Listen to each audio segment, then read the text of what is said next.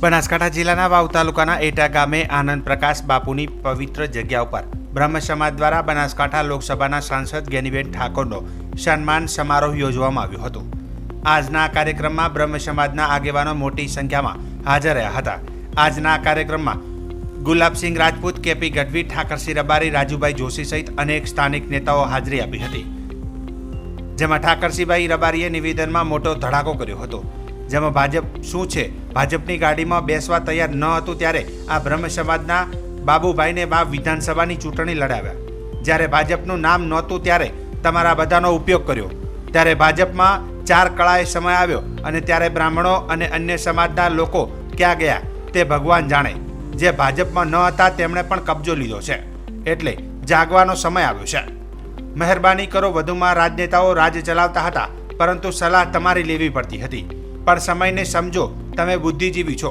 વધુમાં જણાવતા કહ્યું હતું કે આજે ધારાસભ્ય તરીકે ગુલાબસિંહ રાજપૂત, કેપી ગઢવીનું નામ છે, તો અમીરામભાઈ કોંગ્રેસમાંથી ભાજપમાં ન ગયા હોત તો આજે વાવ વિધાનસભામાં સિંગલ ઉમેદવાર તરીકે અમીરામભાઈ આસલનું નામ ચાલતું હોત।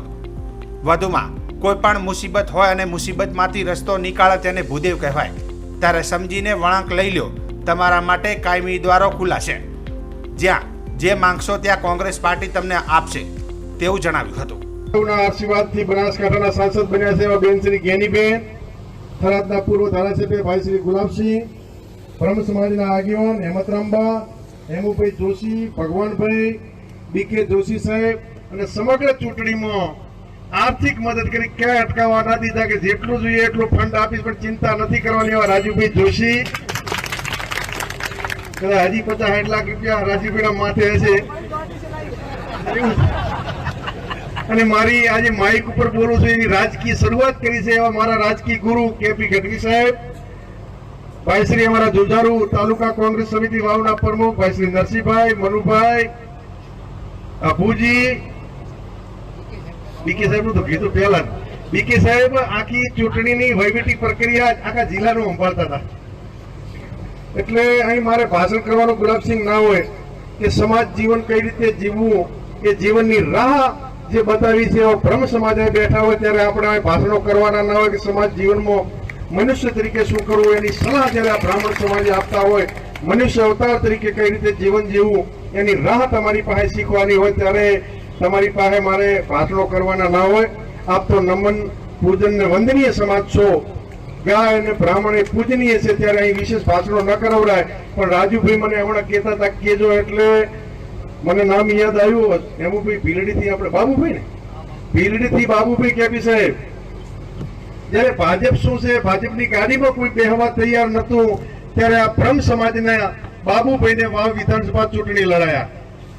તમે બધા તાકાત લગાવીને એ ટાઈમે પણ 18 થી 22,000 વોટ મળ્યા હતા। ભાજપનું કોઈ નામ નતું લેતું ત્યારે તમારો ઉપયોગ કર્યો, જયારે ભાજપનો 4 કળાએ સમય આવ્યો ત્યારે બ્રાહ્મણો બધી સમાજો ક્યાંય ક્યાં ભગવાન જાણે, જે ભાજપમાં નતા એ કબજો લઈ લીધો, એટલે જાગવાનો સમય છે, મહેરબાની કરો।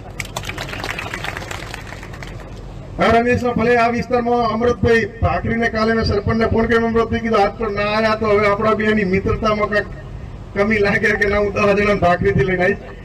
બ્રહ્મ સમાજ ના હોય તો રાજકારણ કે સમાજ જીવન જીવવું અઘરું છે। તમે બધાને જ્યારે રાહ બતાવો છો ત્યારે આપને વિનંતી કરું છું, રાજુભાઈ આજે આ સમાજે કોઈ પણ ચૂંટણી હોય કે સમાજ જીવન જીવવું હોય, આજે ભલે તમે કદાચ ઓછા વોટ આપ્યા હોય પણ હેમતરામબા, બીકે જોશી સાહેબ, રાજુભાઈ આ બધા આખી ચૂંટણી લડ્યા છે અને આ ચૂંટણી જીતના 10ના ભાગીદાર તમારી સામે જ બેઠા છે। બ્રાહ્મણ સમાજનો મોટો હિસ્સો છે ત્યારે જીત્યા છે। રાજાઓ રાજ ચલાવતા હતા પણ સલાહ તમારી જ લેવી પડતી હતી, એટલે જ્ઞાનીબેનના સલાહકાર તરીકે રાજુભાઈ, બીકે જોશી હતા ને એના પરિણામે આટલા સુધી આપણે પહોંચ્યા છે, નહીં સામે તો ઘણા બધા કાવા દેવા હતા।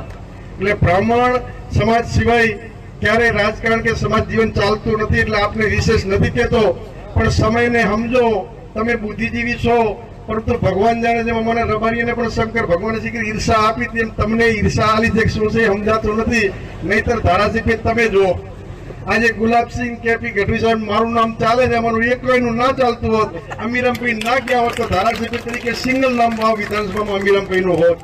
આ અમૃતભાઈ બેઠા છે બ્રહ્મચારી બાપુની જગ્યામાં કહું છું, જયારે ભાજપમાં જવાનો હતો અમૃતભાઈને મેં ફોન કર્યો, હેમતરામબા કે અમે જવાબદારી લઈને અમીરામભાઈને ભાજપમાં ના જ આવતા લોકસભાની ચૂંટણીની વાત કરું છું ને બ્રહ્મચંદની જગ્યામાં અમૃતભાઈ સરપંચ ભાખરીને પૂછજો. એનું જવાબદારી મેં બેનને નથી પૂછ્યું પણ પૂછી લઉં કેપી સાહેબને ગુલાબભાઈને કોંગ્રેસમાં જોઈન્ટ કરી દો બેન જીતી જાય તો સિંગલ ઉમેદવાર અમીરામભાઈ આ બેઠા. અમૃતભાઈ કીધું હતું ને અમૃતભાઈ હા હંમેશા હા હેમંતરામભાઈએ કીધું હતું. એટલે જ્યારે કોઈ પણ જયારે મુસીબતો હોય ત્યારે મુસીબતમાંથી રસ્તો કાઢે એ જ બુદ્ધિ હોય ત્યારે આપને કહું છું કે હવે સમજીને વળાંક લઈ લો અને તમારા માટે કાયમી દ્વારો ખુલ્લા છે. જ્યાં જ્યાં જે માગશો એ કોંગ્રેસ પાર્ટી